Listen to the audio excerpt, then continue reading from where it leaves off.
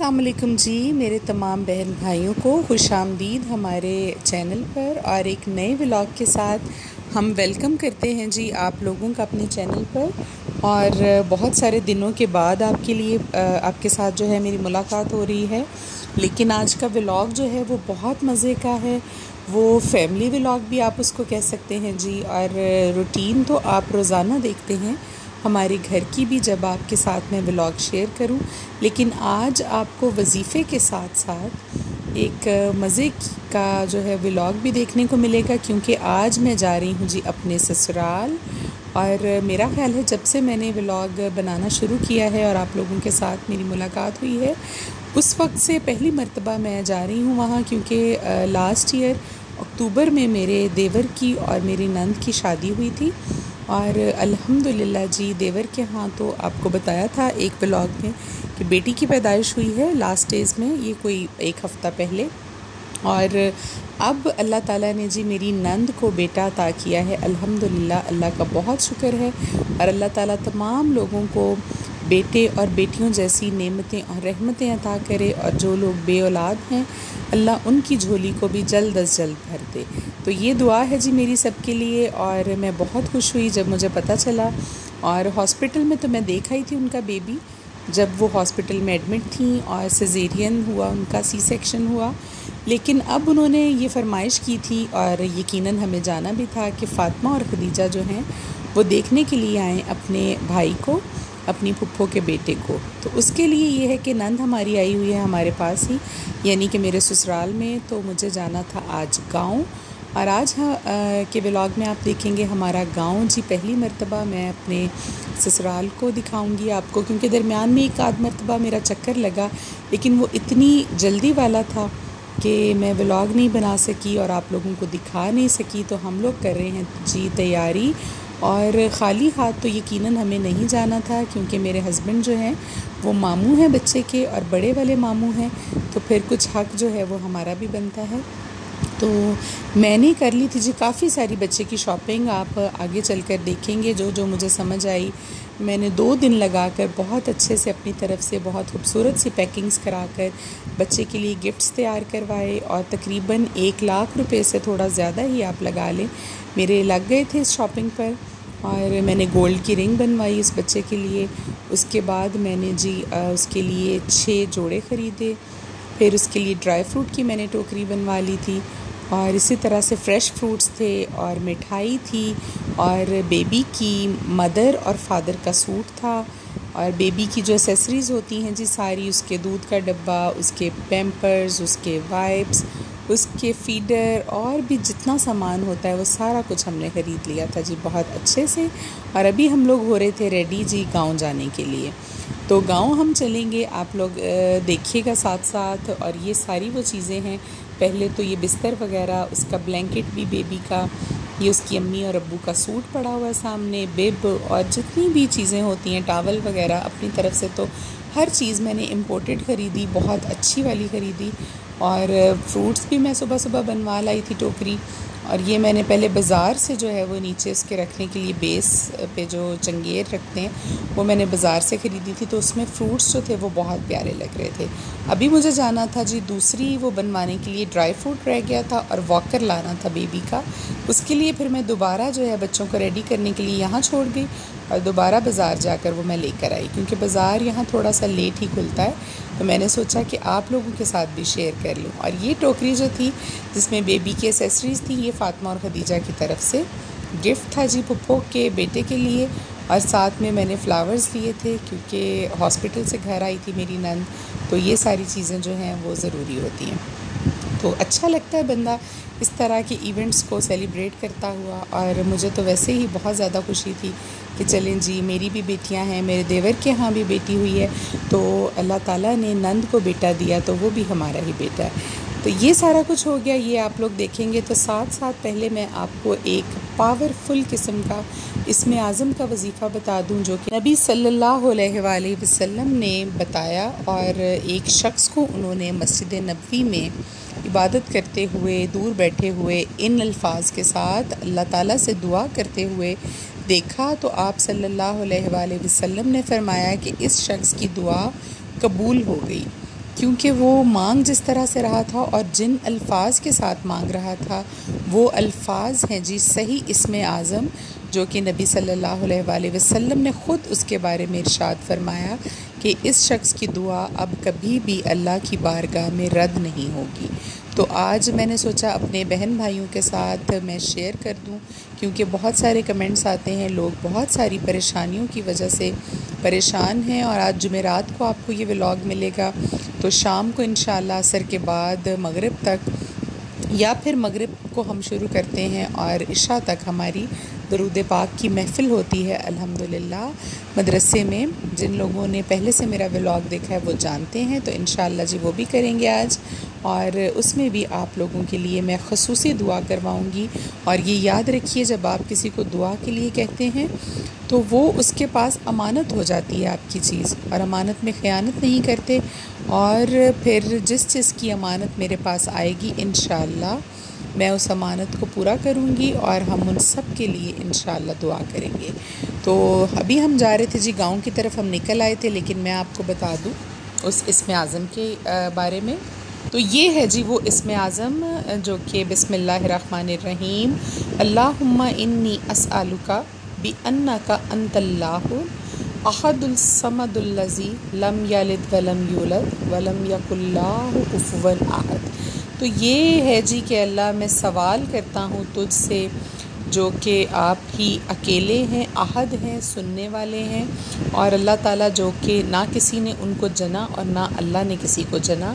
तो आप ख़ुद देखिए। और वैसे भी एक और जगह पर भी रिवायत मैंने ये पढ़ी है और हदीस नबवी सल्लल्लाहु अलैहि वसल्लम है कि जिस शख्स ने कुल हु अल्लाह वाली सूरत के साथ प्यार किया, सूरह इखलास के साथ प्यार किया, अल्लाह ताला ने उसके तमाम गुनाहों को बख्श दिया, क्योंकि ये शिर्क से पाक कर देने वाली सूरत है। आप देखिए कि इसके जो मीनिंग हैं वो यही है कि अल्लाह एक है और ना वो किसी का बाप है, ना वो किसी का बेटा है, उसका कोई भी हमसर नहीं। तो ये जब आप इन अल्फाज पर बिलीव रखते हैं, इन आयात पर बिलीव रखते हैं, तो आप हो गए जी बिल्कुल पक्के सच्चे मुसलमान इंशाअल्लाह। तो फिर आपके जो गुनाह हैं वो भी बिल्कुल इसी तरह से झड़ जाएंगे। अगर आप इस सूरत की तिलावत जो है वो बार बार अपने मामूल का हिस्सा बनाते हैं, बल्कि मेरी आदत है कि नमाज के बाद, फ़र्ज़ नमाज के बाद, जहाँ पर 3 मरतबा आयतुल कुर्सी जो है उसके बारे में फ़रमाया गया है कि अगर आप पढ़ते हैं तो आपके और जन्नत के दरमियान सिर्फ़ और सिर्फ आपकी मौत है। जब आप मरेंगे और आपको निज़ा की तकलीफ़ इंशाअल्लाह नहीं होगी आयतुल कुर्सी पढ़ने से। और उसके साथ ही मैं 11 मरतबा लाजमी कुल हु अल्लाह जो है वो पढ़ती हूँ आयतुल कुर्सी के साथ साथ। ये मेरी रूटीन में शामिल है, तो आप भी इसको मामूल बनाइए। और ये आ गई जी अभी हमारे इस्म आज़म की बात, और इस आयत में आपने जितने भी अल्फाज देखे हैं वो ख़ुद ही सारे के सारे इस्म आज़म हैं, और मैं आपको नहीं बता रही, ये नबी पाक सल्लल्लाहु अलैहि वसल्लम का जो है वो इरशाद मुबारका है, आपको मैंने बता दिया। तो आपने क्या करना है जी, इसको किसी भी हाजत के लिए दुआ करनी है तो अल्लाह से 3-3 मरतबा अव्वल व आखिर दरूद पाक पढ़िए। किसी भी नमाज के बाद 313 मरतबा पूरे दिल और यकीन के साथ इसको पढ़ लीजिए। वैसे तो 111 मरतबा भी बहुत सारी जगहों पर ये लिखा गया है, लेकिन अगर आप 313 मरतबा अल्लाह को पुकारते हैं इस तरह से, इंशाअल्लाह आपकी हाजत जो है वो जल्द पूरी हो जाएगी। तो बाकी ये है कि देखिए, अल्लाह को आप एक मरतबा भी पुकारते हैं तो बेशक अल्लाह आपकी सुनता है, तो इसमें कोई भी वो मुमानियत नहीं। तो आप इसको पढ़ते रहिए जब तक आपकी हाजत जो है वो पूरी नहीं हो जाती। तो जब ये नबी पाक सल्लल्लाहु अलैहि वसल्लम ने ही फरमा दिया तो इंशाअल्लाह फिर तो ये हक़ और सच बात है। तो ये आपने करना है जी वज़ीफ़ा। और बेबी आप लोग देख लीजिए जी, और बच्चे इतने खुश थे गांव आकर। हमारा जो कुक है वो भी हमारे साथ गया हुआ था, ये वो बैठा है और बच्चे को पैसे दे रहा है वो अपनी तरफ से भी। और फ़ातिमा ने उसको गोदी में उठाया हुआ था, उसके बाद जो है दीजा ने उठा लिया था। तो ये मेरे ससुराल का घर है जी, मेरे हस्बैंड का घर है। उनके अम्मी अब्बू यहाँ पर रहते हैं, उनके बहन भाई जो हैं वो यहाँ पर रहते हैं। और खदीजा के लिए हमने सेब निकाला था कि शायद खा ले, लेकिन बच्चों ने वहाँ जाकर कुछ नहीं खाया। बहुत अरसे के बाद आई थी ये। वो तो मुझे हमेशा कहते रहते हैं कि आप इनको गांव लेकर आया करें, इनको पता चले कि हमारा जो दादाजी हैं वो कौन है, दादी अम्मी कौन है।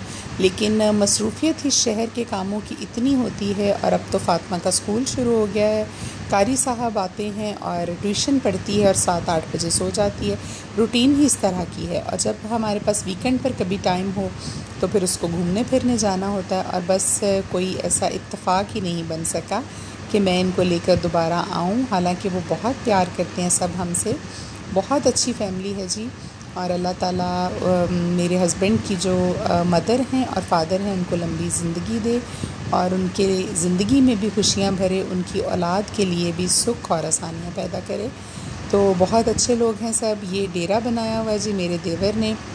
जैसे कि गांव में आप लोगों को पता होता है कि बंदों को, मर्दों को घरों में आने की इजाज़त नहीं होती। जो बाहर के लोग होते हैं, फैमिली से बाहर के लोग, उनके लिए अलग से एक डेरा होता है, वहाँ पर उनको बिठाया जाता है। तो फ़ातिमा अभी इंजॉय करने लगी थी जी भैंसों को देखकर। दूध निकालने का टाइम था, शाम हो गई थी, तो उनको नहलाया जा रहा था। आप भी देखिए। तो बहुत ही ज़्यादा खुश हुई मेरी बेटियां दोनों, और बड़ा मज़े से खेली वहाँ पर। और मुझे उम्मीद नहीं थी, क्योंकि खदीजा जो है वो इतनी ज़्यादा फ्रेंडली नहीं है, किसी के साथ जल्दी फ्रैंक नहीं होती। उसकी वजह यही है कि घर में और बच्चे नहीं हैं बाहर के, और जो फ़ातिमा है वो बड़ी होने के नाते उसने अभी तक खदीजा को एक्सेप्ट नहीं किया, और इतना ज़्यादा प्यार नहीं करती इसके साथ, जबकि ये तो बहुत प्यार करती है। तो मैं हैरान हो गई कि वहाँ पर चाचू के पास जाकर इतना खेली उसके साथ। ये उसके चाचू खड़े हैं और उसको कह रही थी कि मेरे साथ आप छुपन छुपाई खेलें, और उन्होंने गोद में उठाया हुआ था। और शाम हो गई थी जी, खाना खा लिया था हम लोगों ने, बेबी को देख लिया, सारे गिफ्ट्स दे दिए, पैसे वैसे भी दे दिए। अब हम निकलने लगे थे जी घर से बाहर, और सब जो हैं वो फ़ातिमा और खदीजा से मिल रहे थे, इनको भी पैसे मिले। और इसके साथ साथ जी बड़ा मज़ा आया हमें। आज पूरा दिन हमने यहाँ पर एंजॉय किया। और अभी आपको पता है कि गांव जो होते हैं वो थोड़े से रिस्की भी होते हैं, इस हवाले से कि वहाँ का टाइम से ही आपको निकल आना चाहिए, क्योंकि इतना ज़्यादा रश नहीं होता। और खुदा न खास्ता किसी भी हादसे की भी, मेरे कहने का मतलब है कि जी चोर डाकू और ये वो इस तरह का एरिया भी वो थोड़ा सा है। तो फिर मैं शाम होते ही वहाँ से निकल आई थी। तो जैसे ही मैं घर आई तो मेरे हस्बैंड की मुझे कॉल आ गई। हालांकि मेरे साथ तो वो नहीं गए, काफ़ी लेट उनकी मुझे कॉल आई थी, कोई 10 बजे के करीब, कि मेरे 2 दोस्त हैं मेरे साथ और हम लोग यहाँ किसी काम से आ रहे थे, तो घर भी चक्कर लगाएंगे और मेरे दोस्तों ने चाय पीनी है। तो जो जो चीज़ें हमारे पास घर में अवेलेबल थी, वैसे तो मेरी आदत है कि मैं काफ़ी कुछ घर में बना कर रखती हूँ, क्योंकि करीब में मार्केट नहीं है। तो शामी कबाब थे जी, समोसे थे हमारे पास घर के बने हुए, चिकन के अलग से और आलू के अलग से, और नगेट्स थे, साथ में बिस्किट्स थे। हमने जल्दी से सैंडविचेस बना लिए थे और कबाब फ्राई कर लिए थे, शामी कबाब। काफ़ी सारी चीज़ें जो हैं वो हो गई थी अल्हम्दुलिल्लाह। कोई 5-7 चीज़ें हो गई थी, जिससे अच्छे से उन्होंने जो चाय है वो पी ली थी। पी के तो 1 घंटा तकरीबन उन्होंने यहाँ पर स्टे किया, इशा की नमाज़ पढ़ी, उसके बाद वो लोग चले गए थे। रात उन्होंने स्टे नहीं किया, क्योंकि दोस्त भी साथ थे और एक ही गाड़ी में आए थे सबके सब। तो आज तो वैसे ही बहुत थकन थी, क्योंकि सुबह मैं पहले सामान ख़रीदने में खुद ही मुझे सब कुछ करना होता है, मेरे साथ किसी की यहाँ पर सपोर्ट उस तरह से घरेलू तो अल्हम्दुलिल्लाह सपोर्ट है कि मेरे हेल्पर्स सारे काम कर लेते हैं। हमारे कुक हैं जी, अभी मैंने कुक रख लिए थे बच्ची की जगह पर, जो कि बहुत अच्छे हैं, बड़े ट्रेंड हैं, वेल ट्रेंड हैं, मुझे कुछ करने की ज़रूरत नहीं पड़ती अल्हम्दुलिल्लाह। सब खाने वो बनाते हैं, उनको आते हैं बनाने। लेकिन फिर भी थोड़ी सुपरविजन करके जब कोई मेहमान आता है तो मेरी कोशिश होती है कि कोई भी कमी और कोताही न रह जाए। मैं ख़ुद चेक करके पास बैठ के ख़ुद साथ में मैंने चीज़ें फ्राई की और मैंने चाय भिजवाई। तो फ़ातिमा आकर पढ़ रही थी जी ट्यूशन, इसकी छुट्टी मैंने नहीं करवाई। फिर बच्चे जो हैं वो हो जाते हैं रिलैक्स के बिल्कुल ही, अब हमें रिलैक्सेशन चाहिए, हम पढ़े ही नहीं, इसलिए उसकी ट्यूशन की टीचर आ गई थी और वो ट्यूशन पढ़ रही थी। तो माशाल्लाह से बहुत अच्छी राइटिंग हो गई है इसकी, बहुत अच्छा जो है वो पढ़ना इसने शुरू कर दिया है, और काफ़ी अच्छी इसके हाथों में पेंसिल की ग्रिप जो है वो भी आ गई है। तो ये था जी आज का व्लॉग। उम्मीद करते हैं आपको अच्छा लगा होगा। जो नए देखने वाले हैं, वीडियो अच्छी लगे तो चैनल को सब्सक्राइब कीजिएगा। अगर आपकी कोई ख़ास किस्म की हाजत हो, कोई इशू हो, आप उसके लिए मुझसे वजीफ़ा पूछना चाहते हों तो मैं ज़रूर आपके लिए हाज़िर हूँ जी। आप मुझे कमेंट में बताइएगा, मैं पहली फ़ुर्सत में वक्त निकाल कर आपके लिए वजीफ़ा ले आऊँगी। अपना बहुत सा ख्याल रखिएगा जी। अल्लाह हाफ़िज़।